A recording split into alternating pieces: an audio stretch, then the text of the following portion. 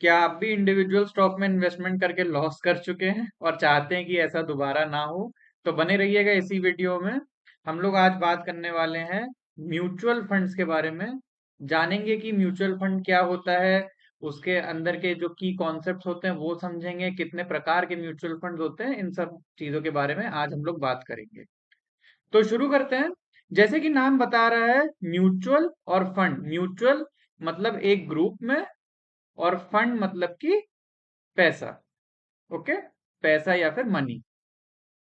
तो इसमें mutual fund के कहने का मतलब ये होता है कि जैसे आपने किसी एक पर्टिकुलर स्टॉक में इन्वेस्ट किया, तो आपने इंडिविजुअल कैपेसिटी में अकेले जो है एक स्टॉक में इन्वेस्ट किया। म्यूचुअल फंड में क्या होता है कि बहुत सारे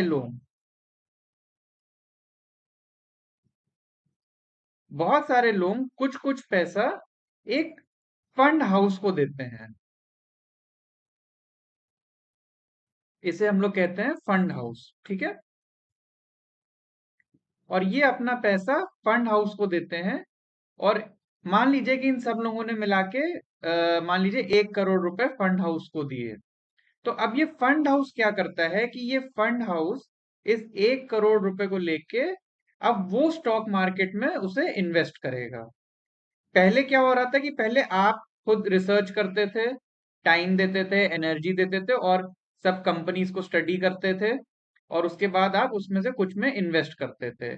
इसमें क्या दिक्कत है कि एक तो आपका टाइम टाइम जा रहा है, आपकी एनर्जी जा रही है, प्लस आपको उतनी एक्सपर्टीज भी नहीं है अभी इस चीज में। और एज अ रिटेल ट्रेडर या रिटेल इन्वेस्टर हमारे दिमाग में जो है थोड़े इमोशंस का भी प्ले आता है कि अगर स्टॉक गिर रहा है, अरे अभी होल्ड कर लेता हूँ, क्या पता बढ़ जाए। प्रॉफिट आ रहा है, चलो तुरंत बुक कर लेता हूँ इसको, कहीं लॉस में ना कन्वर्ट हो जाए। तो ये सब कुछ इश्यूज आते हैं जब हम इंडिविजुअल स्टॉक इन्वेस्टमेंट करते हैं।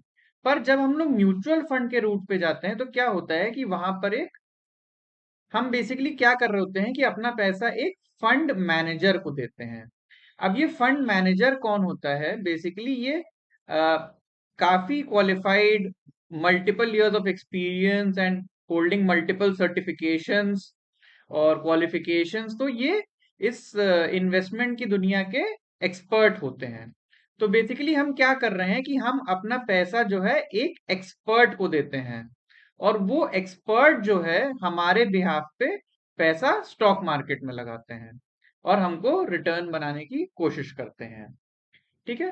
तो इसमें किस म्यूचुअल फंड में क्या होता है, एक फंड मैनेजर होता है, और अगला इसमें जो कॉन्सेप्ट आता है वो होता है एयूएम का। एयूएम का मतलब होता है एसेट अंडर मैनेजमेंट। अब ये क्या है मतलब है? देखिए, ये कुछ भी नहीं है। सिंपली लोगों ने मिलके जितना पैसा एक म्यूचुअल फंड में लगाया है, मान लीजिए कि 10 जनों ने मिलके एक एक्स एक्स म्यूचुअल फंड में 1 करोड़ रुपए लगाए, तो इस म्यूचुअल फंड का एयूएम जो है वो हो जाएगा 1 करोड़, ठीक है। Asset under management 1 crore. अब जिस तरीके से कंपनीज अपने शेयर्स बेचती है, उसी तरीके से म्यूचुअल फंड क्या होता है, वो अपने यूनिट्स बेचती हैं, ठीक है। जैसे हम किसी कंपनी में अगर इन्वेस्ट करना चाहते हैं तो हम उसके शेयर्स परचेज करते हैं। सिमिलरली अगर हमें म्यूचुअल फंड में इन्वेस्ट करना है तो वहां पे हमें उसके यूनिट्स परचेज करने पड़ते हैं, ठीक है। तो जिस तरीके से शेयर्स में क्या होता है कि हमें एक शेयर की प्राइस पता लग जाती है। ओके, शेयर की प्राइस पता लग जाती है। म्यूचुअल फंड में क्या होता है कि यहाँ पे कॉन्सेप्ट होता है NAV का, ठीक। Net net asset value. बिल्कुल सेम चीज है। जैसे शेयर का प्राइस होता है, वैसे ही यहाँ पे म्यूचुअल फंड के केस में हम लोग इसे नेट एसेट वैल्यू बोलते हैं, जो कि डिपेंड करता है हर म्यूचुअल फंड के हिसाब से कि वो कुछ हो सकता है, 10 रुपए हो सकता है, 20 रुपए हो, 100 रुपए हो, कोई भी वैल्यू हो सकती है। पर वो बेसिकली ये बताता है कि मान लीजिए अगर किसी म्यूचुअल फंड की NAV 100 रुपए है फॉर एग्जाम्पल, तो अगर हमें उस म्यूचुअल फंड में इन्वेस्ट करना है तो हम उसके 100 के मल्टीपल में यूनिट्स खरीद सकते हैं। मान लीजिए मुझे 5,000 रुपए इन्वेस्ट करने हैं, तो मैं क्या करूंगा, मैं उसके 50 यूनिट्स परचेज कर लूंगा। तो क्या होगा, 50 इंटू एक यूनिट की कॉस्ट कितनी है, 100 रुपए। तो 50,000 रुपए, 5,000 रुपए मैंने उसमें इन्वेस्ट कर लिए।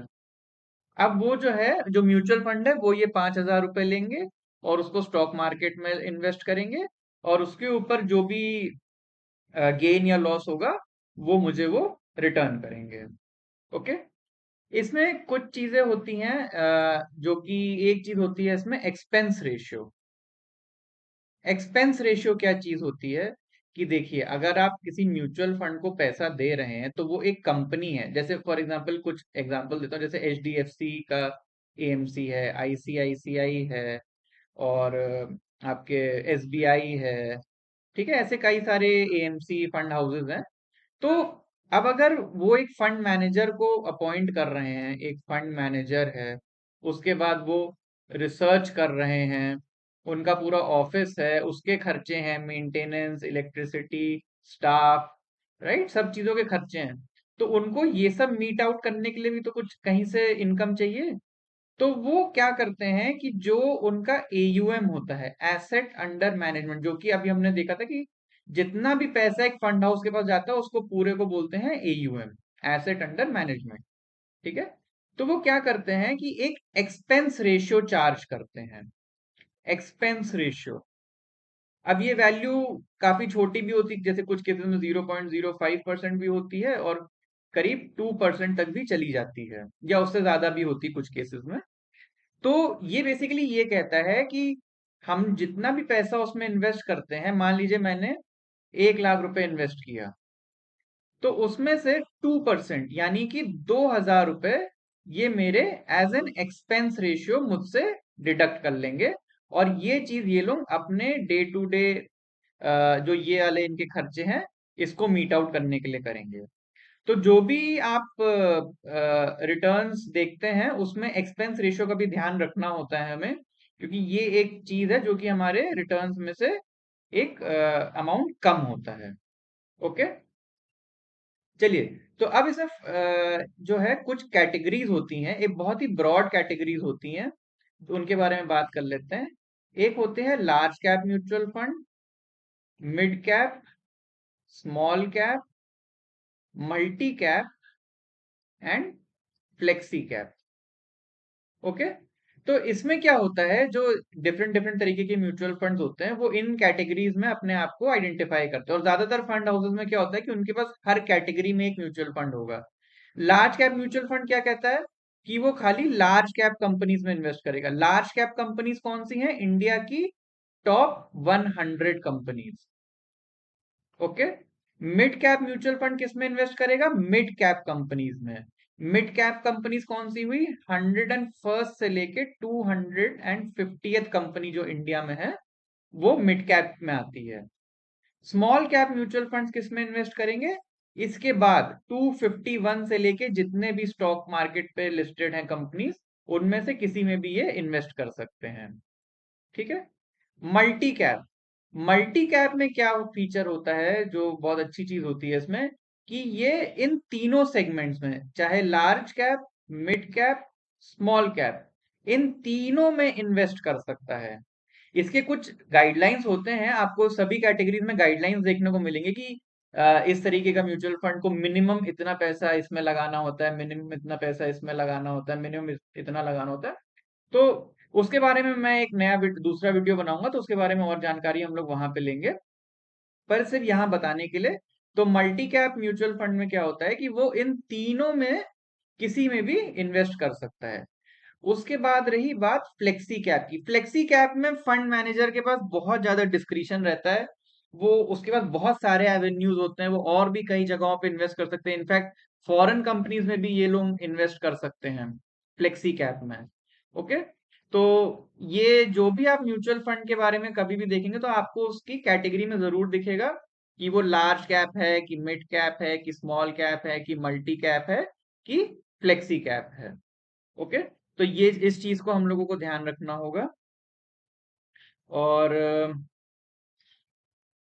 अभी के लिए इतना ही रखते हैं।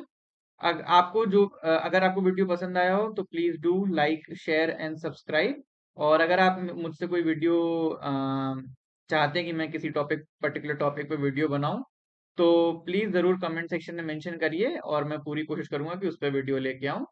सो until next time, take care.